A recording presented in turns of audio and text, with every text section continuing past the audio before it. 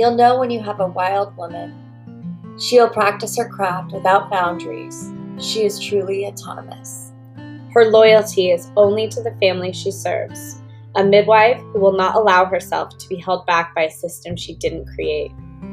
This podcast is for the birth keepers who want to grow and change. We are open to learning through self-reflection and supportive community. We are creating this space to explore without judgment. We are remembering we were Born wild.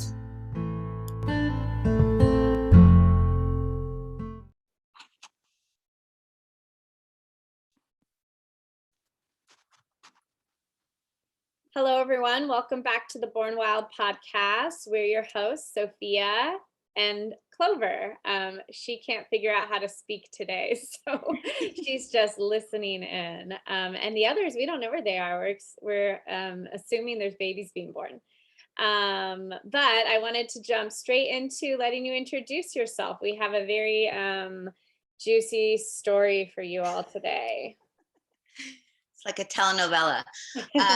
Okay. Thank you, Sophia. I appreciate that. So, and thank you for having me on here. It means a lot. So thank you so much. And for what you're doing, because it's so desperately needed. So my name's Dr. Thea Rabb, or I should just say Thea. I'm a naturopathic doctor. Yeah, I'm not always so good at telling my story or knowing where to begin, but I guess it's how I became a naturopathic doctor. The one thing I've always known since I was little is I had a calling to be a doctor. And so that's just what I thought my trajectory was. And then when I was 21 years old, I was hanging out with a friend, and he mentioned he had a friend who was a naturopathic doctor. And I was like, what is that? And he told me a little bit about it, and I was just immediately drawn to it. And I was like, they're real doctors, and he's like, yeah, I'm pretty sure. And so I went home and then I researched it the next day, and I found out what it was. And that was it. There was no other option for me as far as where I knew I would go in, as for medicine. And so I went to naturopathic medical school. I absolutely loved it. I loved the teachers I had at the time. They were still teaching true naturopathic medicine, holding on to that lineage. And it was it just really resonated deeply within me. And so I got my degree. I started practicing. I'd done a few different specialties through, different, specialty populations throughout my 11 years now of practice. But right now I find myself really honing into pediatrics, and of course with that, women's health.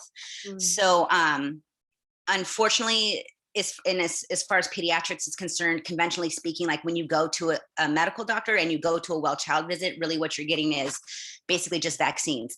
And so there's not a really, and not to get into that on this podcast or anything like that, but as far as really getting information that builds your child's health and helps support their development, it's severely lacking. And mothers are, for the most part, are the ones at home, and fathers and caregivers are the ones who are basically trying to learn that information and bring that to their children, because they're not receiving it in the conventional medical setting. So, and not to mention, I just absolutely love working with children, because there's so many reasons why. They tend to be so vital, and they respond so quickly, and it's it's just great to see medicine in action like that, right? And they're not just filled with layers and layers of and years of unhealthy habits. So there's less to unpack right there, but also they're very honest and tend to live through their heart, and that's something that I'm trying to do in my life. So it's being around them helps me foster that in my life. And it's just, yeah. And again, they don't lie to you generally, you know what I mean? You ask them a question, they tell you the truth still. I appreciate that. And it's just amazing to help support these children, to set up this foundation of health that that they just can build upon, and that can help them thrive and become what they're supposed to be, right? Because when we're sick and and now all of us know that the state of our children in this country is dismal. Over 50% of kids have a chronic health issue, which is appalling, and should not be that way, right? And if you're sick, how are you ever supposed to reach your full potential? So it's being able to support this truly amazing being, help reach, help allow their body and their mind to be able to reach what they're ultimately here for. Right. Yeah. Can you describe what, like, if somebody was to bring their child into your office, or virtual office or whatever it is, Yeah. what would that kind of support look like? Okay. Very good question. I also do, and I love doing, I do home visits too, and I love doing that for children as well. So just letting them know that it's out, that I also offer that service. But yeah, so it's kind of like how it used to be. Like you bring in your child, like we go over a health history, like we ask all the questions, like from like how they sleep, how they eat, like energy level, how their bowel movements are. So you do a thorough health history. And then from there, you know, like you do physical exams if you need to, you know, you can order labs, whatever, but generally you don't necessarily need to do that. And then you, based on the history, you tailor like a specific treatment plan for them, right? Like there are general guidelines that I recommend and give all people, no matter how old or, you know, what sex. But then again, based on history, we tailor specific remedies for the child. Mm-hmm. Yeah. And remedies, what would that look like? Is this like herbal? Is this homeopathy? Is it like, what do you utilize? Yeah, very good question. So I'm just gonna pause you.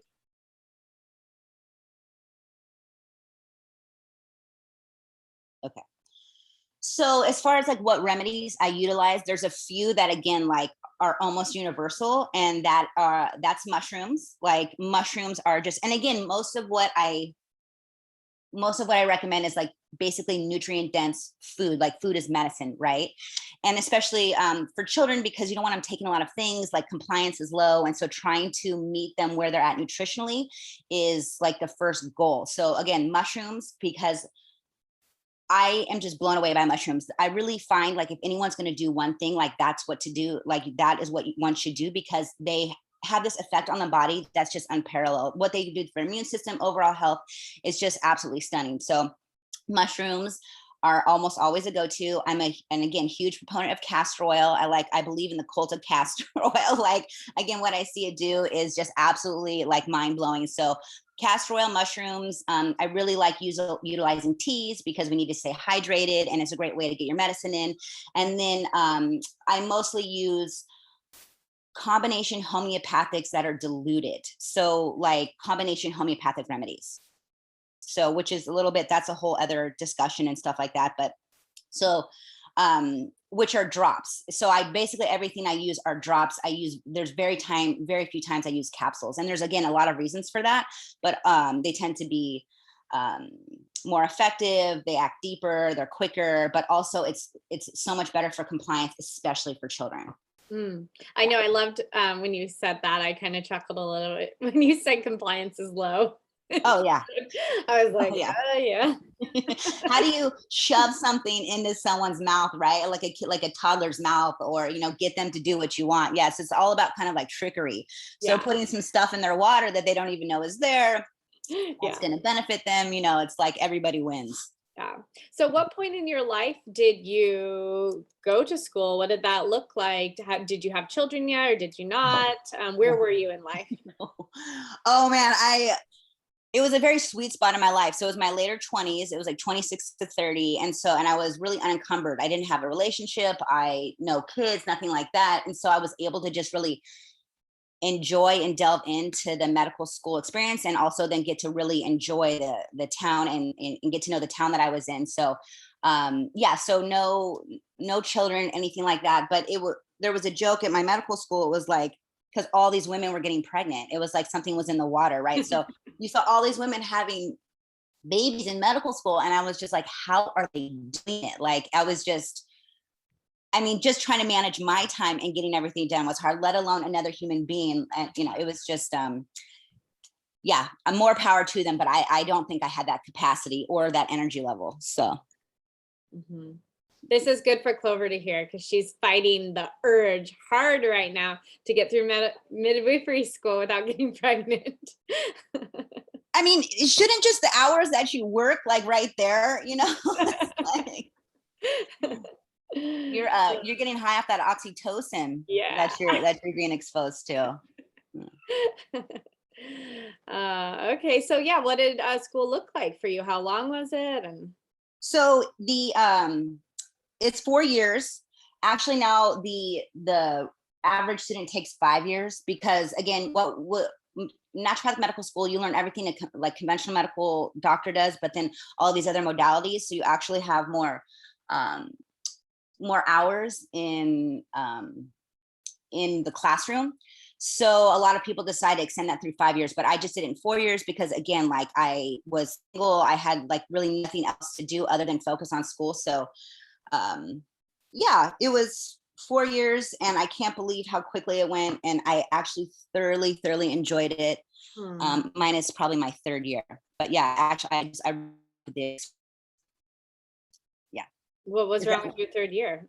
I have to know. Yeah, no, it was a lot of coming together at once, but like everyone talks about how horrible 2nd year is, and then like, so your 1st year, you have this, you're terrified of what 2nd year is going to bring. And then with me, like I loved 2nd year so much, and so you're like, oh, it's easy, it's cake after this, but it turns out it's not at all. And like 3rd year was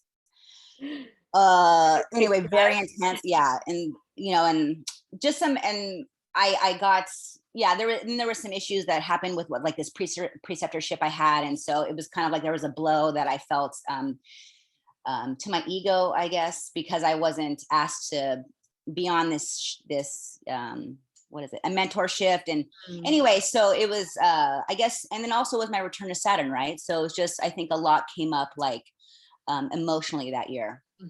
So okay, yeah. So then you started practicing, and where did your life take you from there? Where you are practicing in the North Bay area, for anyone listening. Yes. Do you do virtual support for anyone who's farther away? Yes, I do. I was doing, yeah. Okay. I was doing it when I was down in Mexico. Right. For those months. Yeah, because we met right after you had your baby, because I remember you coming in with the baby, and I was taking pictures of everyone. Oh no, yeah, that was my first child. Yeah. Or that was with Cosmo. Yeah. So where do you go from here in your life? You finish school, and then. Yes. And the difference though between naturopathic medical school and conventional medical school is like, when you go into conventional medical school, you're basically like put in the system, right? And like you're guaranteed a residency and then basically a job and this and that. And like we don't have that infrastructure set up currently in naturopathic medical school. So it's like there are residencies out there, but not for everyone. So it's like you like have to fledge the nest, and it's like you graduate, and then you're like, holy, excuse my language. Now like, what? Yeah, like, wait, I have to find a job, I have to build a business, I have to. So it took me a little while. I did some traveling. I did a lot of traveling, which is what I planned to do anyway. And then I found a job covering for a woman who was going to go on maternity leave in Palm Desert, so in the Coachella Valley. And I got that job, and I moved there, and I really fell in love with the area, and I just really enjoyed it, and it was really easy to meet people and to build business. And so I was there for 5 years. I had that job for a year, and then I found I was doing chronic pain for 4 years. But anyway, that was really intense. I needed a break, for all these different reasons. And then I came back up north we're in Bodega Bay right now, and in Sonoma County. And so we've been here now for about 4 years. And I started practicing, right after my son was born. So almost 3 years ago. Yeah. I decided to go back to work after he was born, because that's usually how it goes, right? Yeah. Well, do you want to dive into a little bit about your pregnancies and your experiences? Yeah. So I guess I'll just be pretty vague on these, but right now. But all my pregnancies I did, for the most part, I did the natural route, because I know the conventional system. I knew what lies there. And then and luckily, like, I know how to take care of myself. So I just did a lot of, naturopathic medicine, really trying to walk my talk. And I had great pregnancies. They were uncomplicated. And 2 out of the 3 births went really well and real smoothly. And those were the ones that I was solely in the care of midwives for. Yeah. And so it was never a question in your mind that you would have your babies out of the hospital. Oh, yeah, there was, I mean, yeah, I did not want to step foot into, again, unless I had to, but I wanted to make sure I did everything I could to steer clear of a hospital. Because, again, I know the statistics, I know what happens. I work with, it's like I've seen all these women who have had hospital births, and it's like, I didn't want any part of that. I didn't want any part of that. For me, I didn't feel safe. A lot of women feel safe in a hospital, but for me, I didn't. I don't feel safe there. Yeah. Do you want to touch base on anything about your 3 pregnancies? Yeah. So, long stories, right? I'll try to keep it pretty concise. But with my first one, my daughter, I had a really great, I mean, again, I tend to get nausea and morning sickness pretty bad. And I had that, but after that, I had a really, easy, amazing pregnancy. I was doing like Pilates 6 days a week. I was working full time, no issue, feeling good. And then about 37 weeks, we found out she was Breech. Midwife, they took your ability legally for midwives to deliver Breech. So we were kind of like, what are we going to do? So we found a doctor who is very well known for teaching about breech birth and delivering breech birth, Dr. Stuart Fishbein. He was about 2 hours away from us in LA. We called him.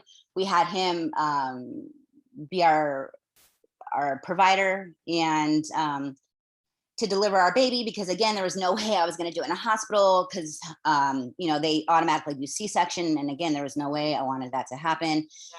Yeah.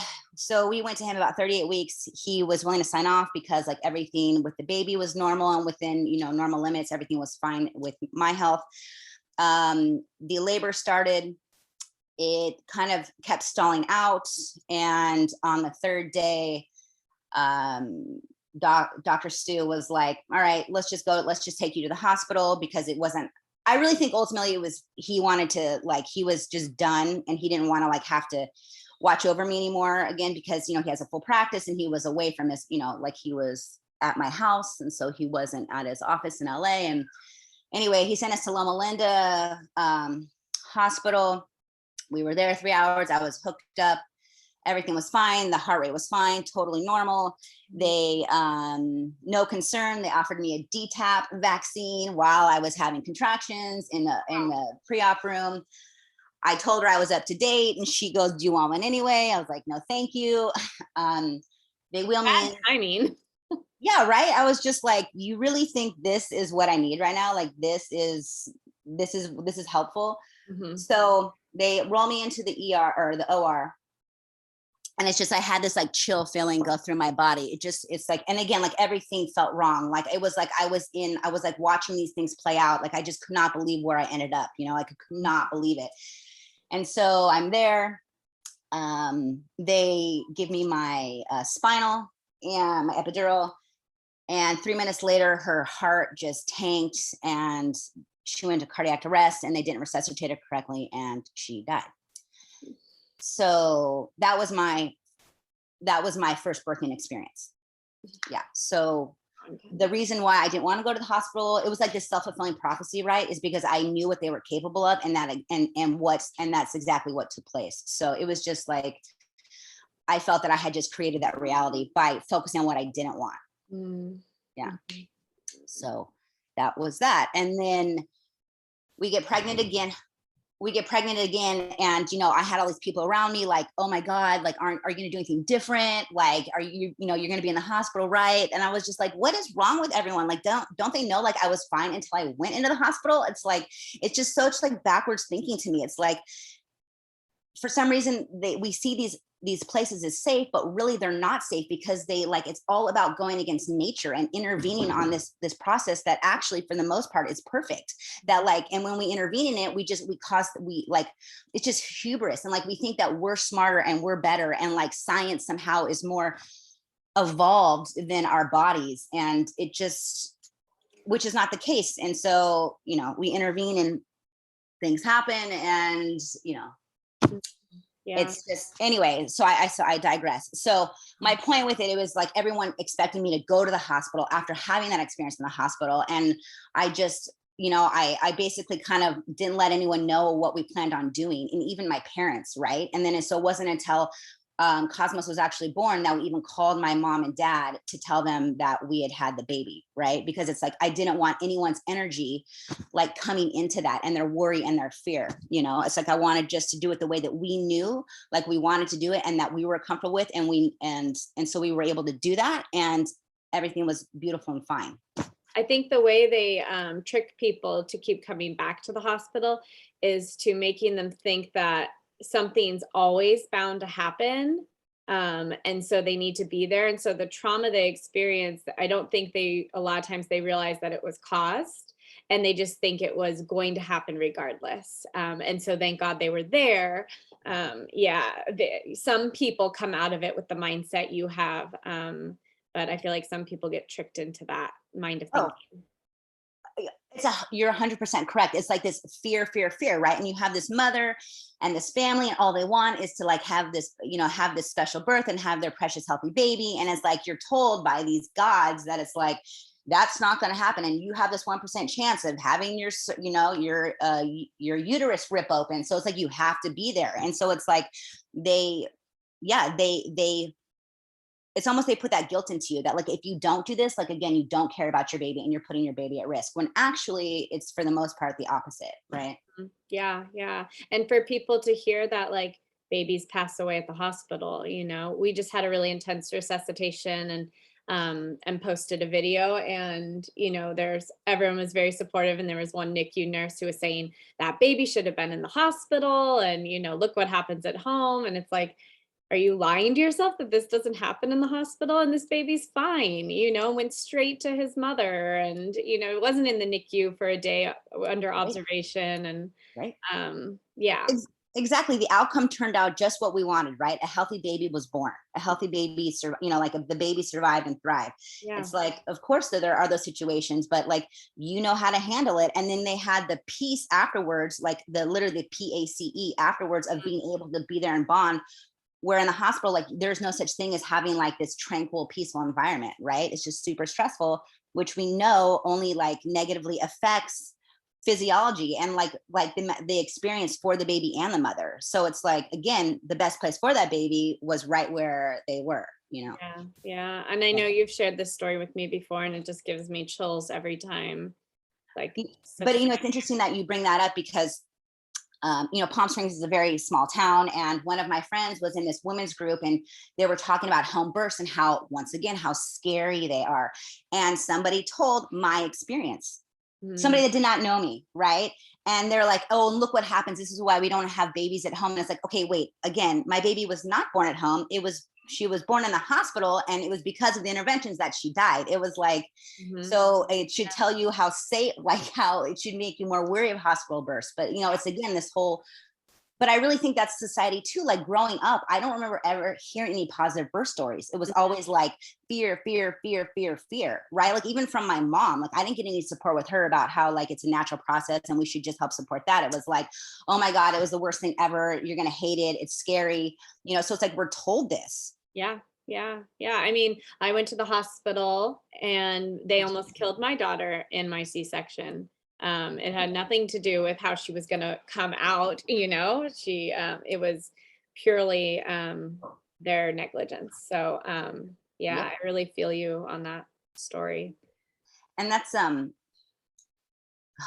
you said something that just really resonated. But yeah, it's just, we need to rewrite the story about birth and how it's one of the most natural things that can ever happen, and we just need to support that process instead of trying to intervene on what is already basically perfect.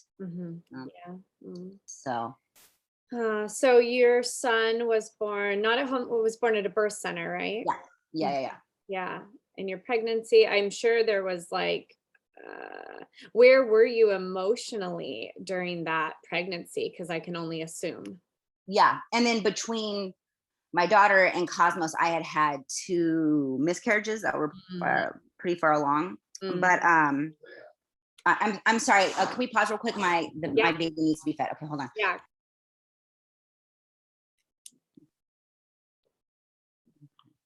Okay, so you had your son at a birth center. Yes. Yeah, but I think you were asking me how the pregnancy went, like kind of like what state I was in. Yes, like mentally and emotionally. And Yeah, I think like ultimately, like I knew it was going to be okay, but like I'm not going to say that I didn't have any fear, because I did. Like deep down, there was definitely still some trauma held within my body. So like, every time I went to the bathroom, like I had this like deep fear that like I would, like when I wiped, I'd see blood, like I had, there was some of that, but I think for the most part, I was just like, it's going to be fine. It's totally fine. And like, and that was that, like I wasn't really focusing on the fear. Not that I was denying it, like I was recognizing it, but I wasn't like staying in that vibration, again, not that I wouldn't go in there at times, but like for the most part, I felt pretty good. I felt pretty good about it. Yeah. Yeah. And the ironic part about it too was that we actually found out I was pregnant the second anniversary of our daughter's birth and death. Oh, wow. So yeah, so again, it was kind of like, and I had dreamt about him constantly since we lost our daughter. So it was like, I felt like the universe was still like trying to show me, like we were still communicating, and it was like, like everything's gonna be okay, so and luckily it was. Yeah. And what was his birth like for you? Yeah.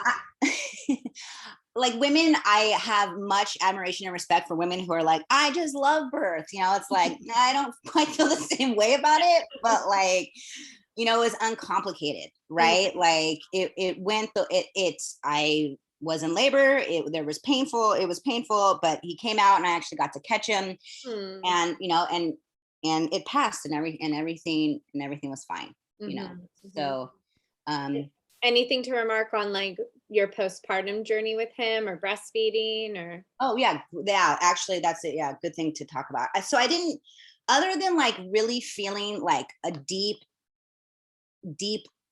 sadness and loss after he was born, because it was like, it really made me think about the loss of my daughter for a while. Like other than that, like I didn't have, which was tempered with, all of this ecstatic emotion as well. But it was like, other than that, I luckily didn't really feel like I had any postpartum, but like breastfeeding was a super challenge for me.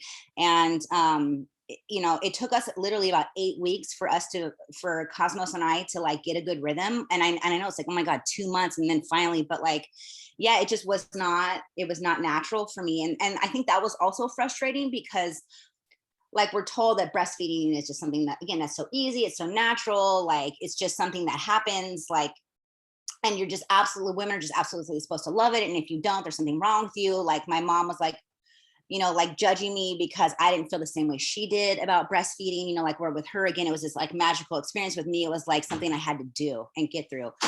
Oh, speaking of, here he comes right now. So yeah, we might have to pause it again for a second, but yeah, so yeah, you're drinking voice is so yeah. Yeah, so so I'm sorry, Sophia, can we?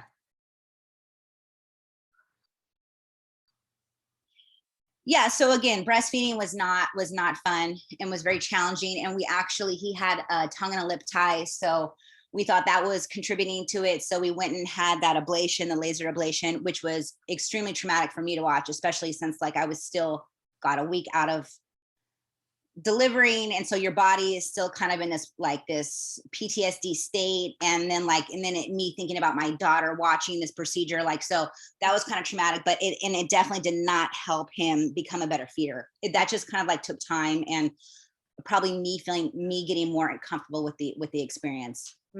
So yeah, so if any moms out there have trouble with it, you're not alone. Yeah, it's important to hear that from others. Yeah. We have a good tongue tie podcast episode coming out soon. Really? So I'll try to remember to link it and I'll share it with you. My lactation consultant that we had come to the house, she talked about how she went to a seminar about it, and she's like, it's one of those seminars you almost are more confused after, because it was like so complex. And I was like, I didn't know that something like a tongue or lip tie could be such a complex issue, right? So yeah, I don't know how much you delve into it, but it was. Yeah, we went pretty deep, but it was pretty like she explained it very layman's terms for us. We're like, talk to us like we know nothing. Who was it? Who was the Jen Santos at Acorn Chiropractic. Oh, okay. Yeah, it was very, very fascinating. So yeah, and it seemed like more and more. Okay, so breastfeeding was a challenge, and how long were you able to nurse him for? I nursed 1 month. Actually, April 11th of last year was the last day I breastfed him. So a month before he turned 2. But the reason why I stopped is because I was pregnant, and I was like, my boobs need a freaking break, like for a little bit before I do it all over again, right? Especially since how breastfeeding was for me with Cosmo. But yeah, so it was he was 23 months when I that well went dry. Yeah, way to hang in there. And then your pregnancy with your last baby, anything to note there?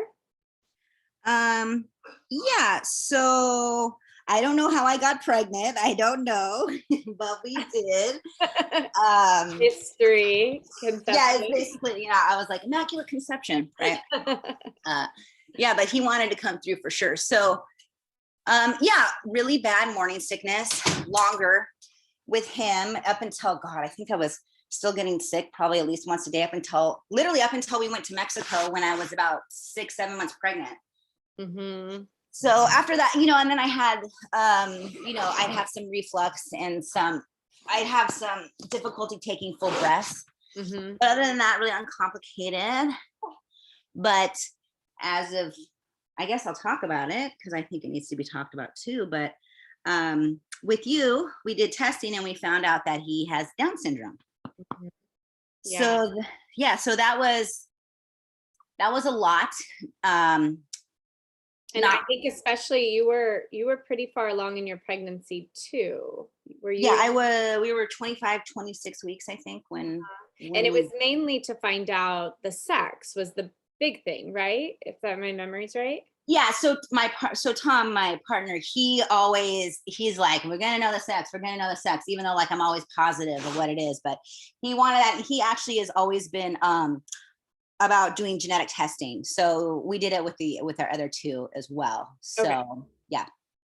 But yeah, I actually found out the day that I got fired from my job for writing a mask exemption. So like you're calling me, telling me this, then the other doctor I worked with was calling it to fire me. So it was like a lot. It was like a lot on one day. But yeah, and so that's been a whole journey as well. And I as it goes along, and the more reading I do and finding out about how supporting these babies just because they have the diagnosis of Down, I'm called.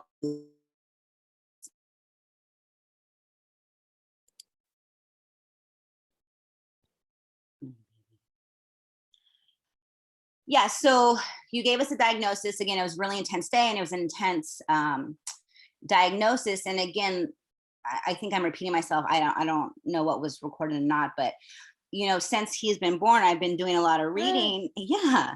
And I'm finding out that basically they're killing off any child that has Downs.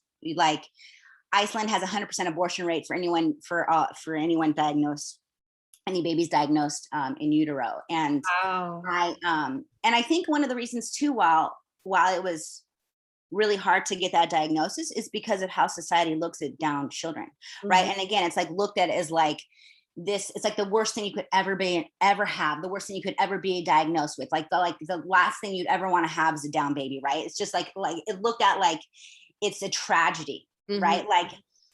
Again, I didn't really tell anyone, but like, Tom told his brother, and his brother says, I'm sorry. And it's like, what are you like? That's not comforting. And that's something you want to hear. Like, why are you sorry? Like, what is wrong with that? And like, but there was no way we were going to terminate anyway, like, cause we had a ultrasound, and like everything for the most part looked really good and really healthy.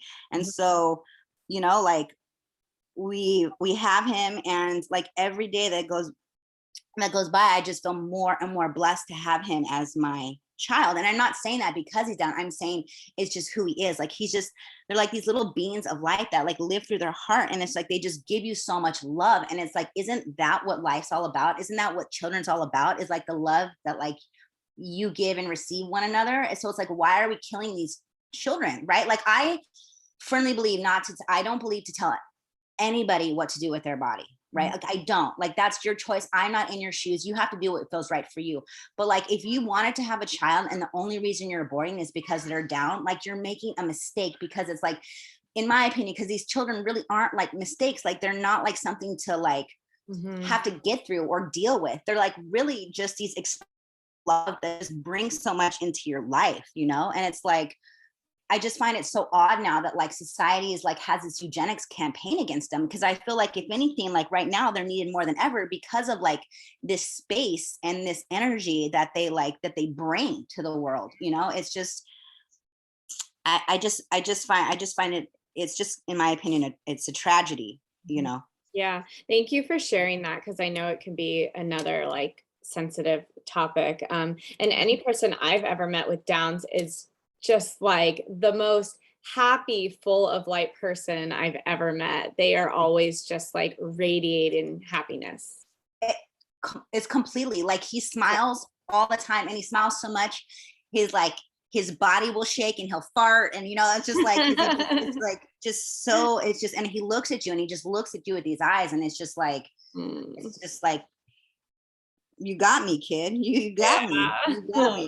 But you know, again, I'm very private, and it's been hard for me to talk about this because I think it's like the judgment too that's put on people who have Down syndrome, or parents that have Down syndrome. It's like, well, what did you expect at your age? You know, and it's like, I don't want to hear that. You know what I mean? But I need to be okay with that anyway, right? Like, I need to be okay with anyone's own issues, right? Because it's really not me. It's not about me. It's about them. And yeah, I was at a gathering a couple weeks ago, and you know, going back into the community, and I was talking with this woman I know, and she looks at him and she's like, is he down? And I was like, yeah.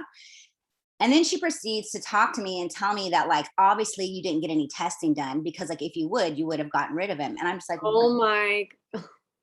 and I, first of all, like, who, I barely know you, you know what I mean? And it was like, and she again, like, thought she was doing me a favor, and that like, she needed to unpack these emotions for me and help support my process of having a down baby. And I was like, if I did need that, like, I don't know you, so I don't think I would, but like, I don't need, like, why do we even need to have a conversation about if he's down or not? Like, so what? Like, is your kid autistic? Like, do we need to have a conversation about that? You know what I mean? Like, it's like, I don't know why, like, it's even an issue. Do you know what I mean? Like, yeah.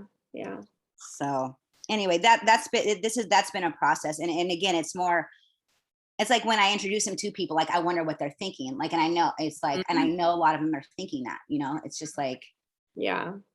So it's just, yeah, like, and especially in this age of like supporting diversity and embracing that, which I am all for. It's like, then why are we are literally killing off these, and again, I'm totally for whatever anyone wants to do with their baby, but like, why are we killing off these babies that apparently aren't normal or don't fit into like a certain like bracket? You know what I mean? Like, I thought we were supposed to encourage all expressions of life, right? Yeah. There is a new, I don't know if it's new, there's specifically books. There might be more than just books, but it's called My Abilities in Me. And it's a series, a bunch of different books.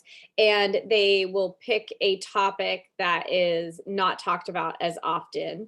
Like Downs, or like my son had a feeding tube for a while as a baby, and there's like one with the child with a feeding tube, or a colostomy bag, or in a wheelchair, or just like, you know, different abilities. And the books like normalize it, you know, and put them in everyday activities, and they're children's books. And so it can help for children to like see somebody like them, you know, if their ability makes it to where they don't really know anybody who is quote unquote like them. We isolate and segregate, right? And it's like, because people feel discomfort or something when they look at them, but it's that's someone else's own issue. Yeah. I know my son recently just said to me, and none of his disabilities can anyone really see, but he deals with it every day. And he's almost 7. And he said to me recently, he's like, I wish I wasn't born this way. And it just like broke my heart. And then he completely moved on and was like, what are we having for dinner? And I was just like, do we need therapy? Like, what's happening? And he was just like, no, I just want to go play now. I was like, okay, that was just like a stab to my heart. And now we're good. Yeah, right. And moving on. Yeah, they're just so like, oh, okay, done. Like I just had that feeling and now I'm good. And I was like, okay, mom's still recovering. Yeah, right. But I just want to say, I mentioned it to you, but your son's a hilarious, a whippersnapper. Like I'm literally skating around the ring and he's like, hey, you. And he's like, you have dollars? And I was like, is this kid hitting me up for money? And it was like, I love it. And I went home and told Tom. And then we were there like a couple weeks ago and he did it to me again. And I was like, Tom, I told you he's the one that hits me up for money. And it was just like, we just thought it was, like it was like, you never know if you don't ask. Right. And he was, right. He's such an entrepreneur and he's learning about like how to make money. He's been rubbing my husband's hand a lot and he's going to make us go broke. It was great though. He was telling me why he wanted money because he wanted like a toy to go into his food container or something, so it was like he had this goal and I was like, well, I appreciate you, it was like he was giving me his business plan. Like do you want to invest in this? Like, actually, let's sign the contract, right? But like just like how like it was like this emotional intelligence and this security in himself and like he felt comfortable like coming up to me and he doesn't know me, and it was just like there was this intelligence and strength in him, that was very admirable. So yeah. And we've been trying to make light of his conditions and talk about it openly with friends and trying to make it not be a big deal. So that's all we can do, and so that his friends will rally around him, when he needs them. And and that's the thing too, is like you're not guaranteed anything with life or with any child, you know what I mean? Like you can have a quote unquote normal physiologic child, but then they grow up and then they have severe depression or drug addiction, or you get an accident, or it's like we're not guaranteed anything, and it's like, and there's always trade-offs. They're like, well, they have this, but then they have this amazing thing, or there's this, and like that's the journey, and like also the beauty about parenting these children that come through us, and it's like, and it's all for really our own development and our own like our own ascension, and like there's no coincidence of why the children that come to us do, they're raising us. I feel like a toddler more often than an adult, so Well, what was anything to note on his birth or his postpartum journey or breastfeeding? Yeah, so much easier. Again, and I was obviously in a different state too when I was pregnant, but like he's just much more mellow and like calm, and like he's not, I think he's teething now, so he's had a few more, call it like fussy days, but like he's just really easy. And so it's like the whole experience, and I also knew what to expect, right? So the whole experience was just a lot easier. I felt vaginally like it's taken a little longer like to heal as far as like some areas of irritation. But bleeding was fine, breastfeeding was fine. And that's another thing they say with Down babies is that they have poor muscle tone and they have poor, latching abilities, but we didn't, none of that with him. Great muscle tone, great latching. Again, and I loved Mexico and we were there, so I felt much more comfortable and we had this like community around us. And so the whole experience was a lot easier. But like while I'm in labor, I was just like, shit, man. I was like, I can't do this again. I was like, it's so intense. I was like, this is why women have babies, right? This is why it's put on women. Yeah. So, and you did though. You did it 3 times. Yeah. And and so he was definitely the easiest. It was like when he was like ready to come, he's like, okay, I'm coming. And the transition happened super quickly. And then, and he was out. And then I was eating a hamburger a few hours later. So, but there was one thing I wanted to say. I remember, I forgot it, but when you're talking about like hospitals and home births or births with midwives and like the safety issue, and right, for some reason we think that the hospital is so much safer. The care and the oversight, that's such a misconception, because the care and oversight that you get by a midwife is significantly greater. Like they are there watching you like a hawk. Like it's like, even if they're in a corner and you don't really notice them, they are there, like you are their whole area of concern. And so it's like the diligence and again, the oversight is just so much greater. You're in such much better hands. It's like, and again, I know I had 3 births, 1 in a hospital and 2 with midwives. 1 died in the hospital and the other 2 were born safely. So it's like, again, it's a misconception that hospitals are safer and your care and oversight is safer. It's like, there's so many people also coming in and out of your room and in and out of your care when in a hospital. No one talks to one another, right? Like, with my daughter, I said, I do not want fentanyl in my epidural. I told that to the surgeon. I told that to the anesthesiologist. I even wrote, I dictated my orders and gave it to them, and still they put it in there. So you know what I mean? So it's just like, you have one or 2 or 3 women watching you all the time, or you're around a sea of people where you're almost invisible, right? Yeah. They're able to give individualized care and just focus just on you. Yeah. So I just really wanted to like hone that in there, that like the oversight again is significantly greater with like the care that and the protection you get with a midwife is again just so much superior. So yeah, shout out to you guys. I was like, we agree, but we're biased. Yeah, the last thing I wanted to wrap up with is just maybe like to touch base on the ways that you support maybe women through their pregnancies or postpartum. Like maybe give some examples of when families have reached out to you for support, so if somebody's like, oh, I'm going through that, and they just didn't realize that you as a naturopath could support them in that. Yeah. Great question. So I firmly believe that like all conditions and all life are benefited by naturopathic medicine, right? Again, I haven't seen it not improve a situation or someone's health. And again, like conventionally speaking, you're not really given support on that level. Like for them, preventative medicine is like diagnostic imaging, like ultrasounds every week, or like non-stress tests, which are totally stressful, like every week, or, repeated labs, which again, they serve a point, but they don't really affect beneficially the physiology of the process, right? Or even mentally, emotionally. And from what I've found being in that experience as well, it's like going that route, like I get totally stressed out, which again, we know negatively affects, right? Like mommy and baby, right? So I've, like women come to me for infertility and, morning sickness, or gestational diabetes, or preeclampsia, or like basically or even just helping like a normal uncomplicated birth. Like I've seen women and just like I help support them, and the way I do that is basically just like, okay, what's your body doing? Why is it doing that? Let's give the body what it needs to heal, and kind of like maybe remove any offending agents, right? And so it's just like, again, the development of a baby and able to maintain a healthy pregnancy, and even to get pregnant, like you need to have the right terrain, right? Like the right state of your body. And the way you do that is by supporting the body with like, yes, exactly.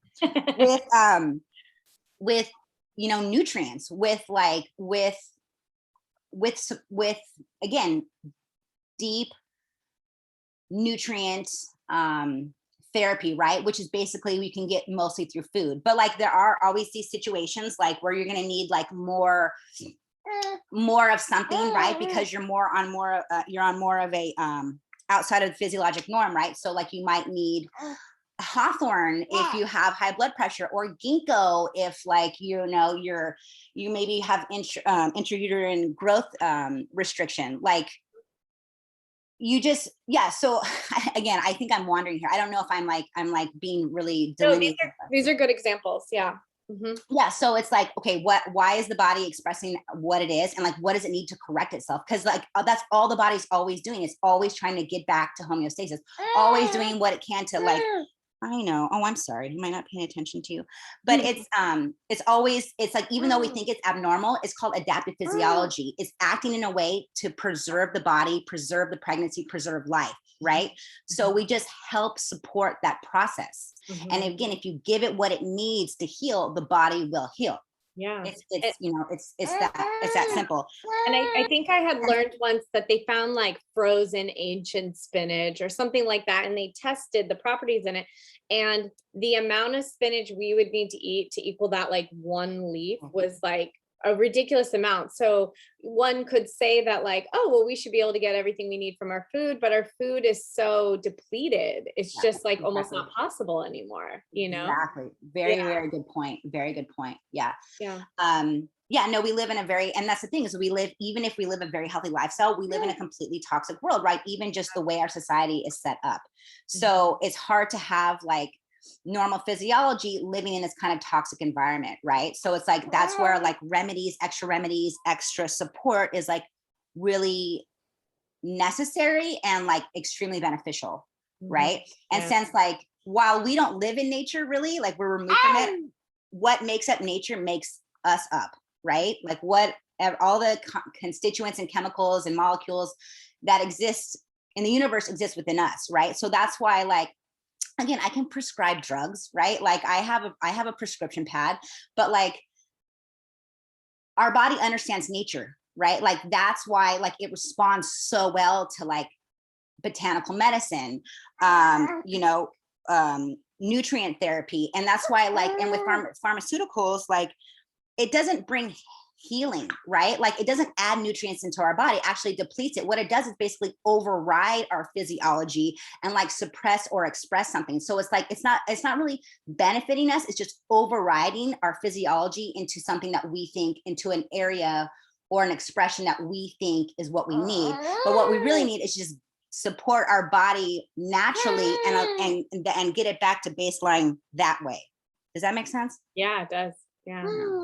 So, and again, like 4 years, I did chronic pain. I saw a couple thousand patients and it was like, they were the most medicated and debilitated population in the world. And they were all heavily medicated. And it was like, the more medication you were on, the actual sicker you were. Right. So it's like, you don't see health and healing this way. Like, it's not how our body is made. It's not how it's aligned. It doesn't even understand it. Yeah. So like, if you want to have like a healthy terrain to like a healthy body for a healthy pregnancy, like and a healthy birth and postpartum, like you need to support it the way that it understands, not override it the way that we've been told that is necessary. Right. Yeah. And did I hear you say that you're able to write for medical prescriptions? Oh yeah. Yeah. So that's kind of like a feeling of best of both worlds. You're working with someone who recognizes the harm in medication and the benefit of alternative medication, medicine, but is able to prescribe things. And it's almost like they could trust you to be like, this is way beyond, like, this is going to need something else, because you have the ability to do both. Yeah. That's great. And I'm not dogmatic at all. Like I am extremely prudent and judicious. And so it's like, I will never throw the baby out with the bathwater, right? Like if I feel that it is necessary to write this prescription or that you need this in this isolated case, I will do it. I will most definitely do it. I'm not gonna not do something to try to prove my point, right? Yeah. Like my point is like, what does your body need right now? And like, what does it need in the future? And if it needs that, then I'm willing to do that. Or if like you want to wean, like you want to work with me, like I'll write this prescription while we're trying to wean off something. It's like, again, you meet people where they're at, but like you also really need to advocate for the natural process of healing and the body too. Yeah. That the medication is not the end goal. Hell no. And again, it's like, why is your body doing this, right? It's not because you're lacking a medication. Like you don't have high blood pressure because you're lacking blood pressure medication. You like probably have high blood pressure because you're not drinking enough water. You're super stressed out and you're not eating enough potassium rich foods. It's just like, again, like our body we weren't born deficient. And I think that's the issues that we've been told, like, especially now, it's like, we're told like our immune systems for some reason don't work, right? No, like they work, right? Like like the universe wasn't wrong, like our bodies are perfect. It's just sometimes, again, they need more support than others, or we're doing things in a way that leads to abnormal expressions. Yeah. So. Oh my gosh, so much information. Thank you so much for joining today and taking the time away from your family. Oh, thank you. I'm much better on the interviewing side than the interviewee side. So, I apologize for my rambling. Oh no, this was great. This is going to be such a great resource for people. And we'll include it in the show notes, but for anyone who wants to reach out to you after they hear this, how can people reach you? Well, you can right now, because I'm kind of restructuring. I don't have a website, but you guys can email me at, should I just say it, or? Yeah, go ahead. Is Dr. as in doctor, RABB. So my last name Rabb, ND as in naturopathic doctor at gmail.com. So DRRABBND@gmail.com. Great. Thank you. And we'll put it all in the show notes. And when you do have a website, we'll have you reach out to us and we'll try to update it to include that. Great. Thank you. Sophia, I just want to say, I really appreciate like you reaching out like this. And again, like, this is the first time I've really told my story. And I thank you for like providing me a safe space, like where I could feel comfortable doing that. So it means a lot to me for you to bring me on like this. So thank you so much.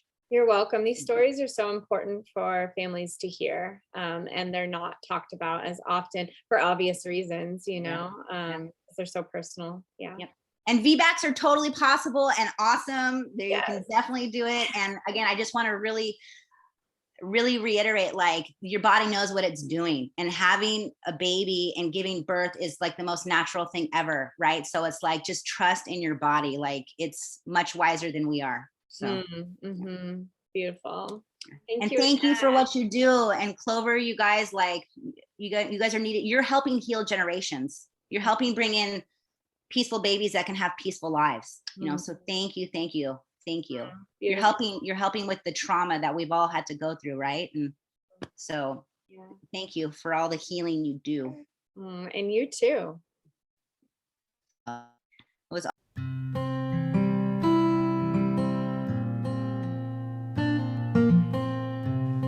Thanks everybody for listening. You can find us at Born Wild Podcast on Instagram. For inquiries or feedback, you can email us at bornwildpodcast@gmail.com. You can find me, Emma Ray, on Instagram at Emma Ray, REA. Sophia at sophiabirth.com. And me, Leah, at Bay Area Home Birth. We would really appreciate it if you would rate and review us on Apple Podcasts. It helps us reach more people. And as always, Stay wild.